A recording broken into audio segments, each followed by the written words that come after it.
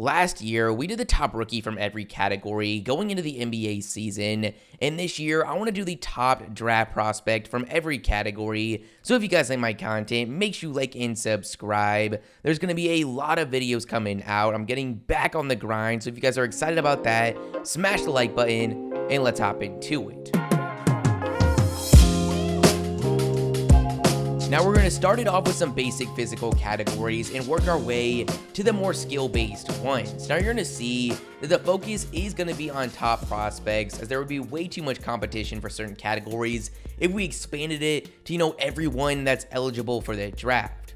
Now we're going to start with height. The tallest player in this draft class is going to be James Wiseman, who also happens to be a top prospect. Right now, he's listed at 7'1". Usually, we have quite a bit of guys over 7 foot, but that's just really not the case this year. Last year, we had Taco Fall at 7'6". We've got nothing like that this season. Now, the shortest player is going to be Marcus Howard, who right now is not projected to be a top pick. In fact, he's not projected to be a first-round selection. Most mocks have him going in the mid to late second round. There's a chance that he does go undrafted, but I think that'd be a little ridiculous. Now, it's not easy to get to the league at under 6 foot, but Marcus Howard's production was just way too much to ignore. As a senior at Marquette this year, he averaged 28 points a game, shooting 41% from 3 on over 10 attempts a game. He's going to have a case for another upcoming category.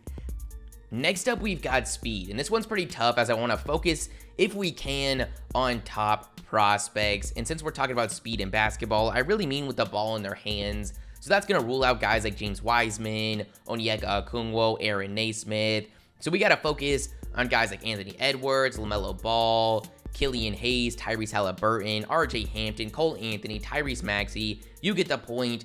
Guards. Now this year, we don't have an obvious speedster like JimmerRange last year or De'Aaron Fox in 2017. So this is really going to come down to the eye test, and I'm really having a hard time finding a guy that stands out. Cole Anthony, in my eyes, has a lot of speed, but I don't see him use it too often with his play style. I would say the most obvious speedster would be Tyrese Maxey out of this group, but again, all these guys have a decent case. We're going on to the next category. So next up is strength, and this one's pretty hard as we don't have a lot of big men in this draft, especially at the top. If we were doing this last year, which we did, it was easy. JimmerRange speed, Zion Williamson strength. I mean, he was 285 pounds at 6'6". He was coming into the league as one of the heaviest players we had ever seen. This year, it's kind of up in the air. You got James Wiseman, 7'1", 240 pounds.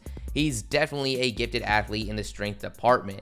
But then you compare him to other guys maybe further down in the first round or going into the second round, like Isaiah Stewart out of Washington, or Vernon Carey Jr., who's 6'10", 275 pounds, son of former NBA player. And while he's not a top prospect, I think I'm going to give it to him for now.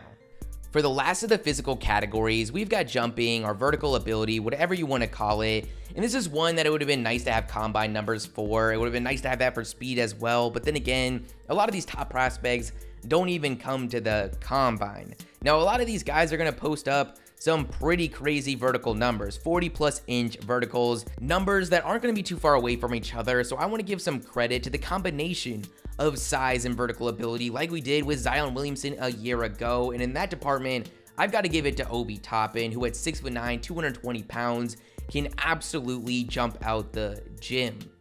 Now we've got the more skill-based categories, and we'll start with rebounding, which has to be James Wiseman. We don't have many big men to choose from, but it's just easily him. I mean, per 36 minutes, while it was a small sample size at Memphis, he averaged 17 rebounds a game, which is kind of interesting when you look back at his high school days. One of his concerns was his effort on the glass and his not crazy numbers in that department. Then we've got passing, and there's no ifs, ands, or buts. It's Lamelo Ball. There's really not much competition here, which is kind of funny when you look back at his high school days. I mean, one of his biggest concerns early on was his willingness as a passer, not necessarily his talent as a passer. He displayed some crazy ability in that department, but his willingness. Now, he did have to play for a portion of time with his brother Lonzo, who was the primary playmaker. But when you consider what he did as a sophomore at Chino Hills and then going, overseas to Lithuania and to the big baller league, passing wasn't really a big part of his game. But then when he finally returned to high school basketball at Spire Institute, those concerns were wiped away. He was a clear gifted and willing passer, something that drastically helped his stock going into this draft. I mean, after him, we're talking Killian Hayes, Tyrese Halliburton, guys that are decent passers, definitely not elite. And then after that, a lot of the top guards are Cole Anthony, RJ Hampton, guys that are more score-first players. Next up is shooting, and this one's actually really hard because we have to decide if we're going to go based on a production that we've seen or projections. There's guys like Lamelo Ball that have struggled with inefficiency but are great shooters. His ability to make extremely difficult shots from the perimeter is promising going into the future. There's guys like Denny Abdija that may be a product of European basketball, didn't have a great performance from beyond the arc, but we're seeing the tape come out, and this guy's clearly a knockdown shooter. Then you look at guys that were just beasts in college from the perimeter. You've got Tyrell Terry at 5 attempts, 41% from 3 this past season at Stanford. You've got Marcus Howard, who took over 10 attempts a game from beyond the arc. I mean, that's Steph Curry, Trae Young type volume, shooting 41%. And Aaron Naismith, who didn't play a full season, but at 8 attempts a game as a forward, shot 52%. Absolutely ridiculous.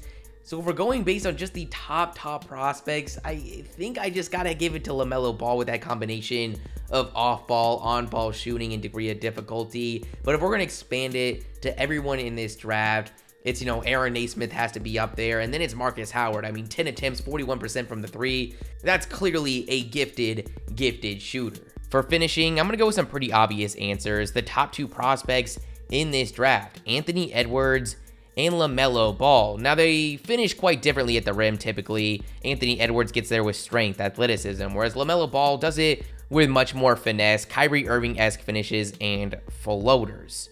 Then we get into defense, and this one's tough with how much stock in this department is given to something like a physical profile. You've got guys like Anthony Edwards and James Wiseman that have these great physical profiles, but I don't think they're the best defender in this draft.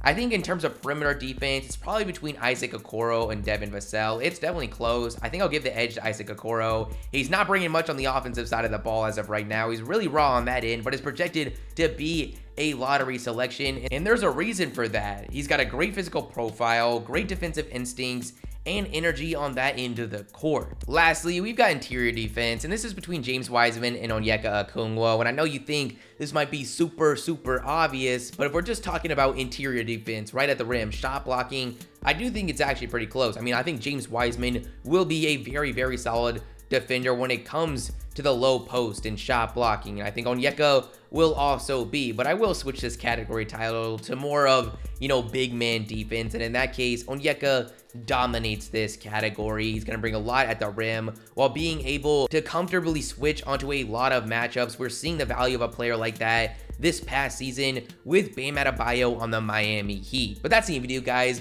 You guys give me your thoughts in the comments below. If you liked the video, make sure you like and subscribe. And the shoutouts are gonna be Brad, MVP, John, Kyle, and Terrible. If you guys want to shout out in the next video, all you gotta do is like the video and comment liked, or rep Notification Squad, and I'll shout 5 of you guys out. With all that being said, hope you guys have a great day, and peace.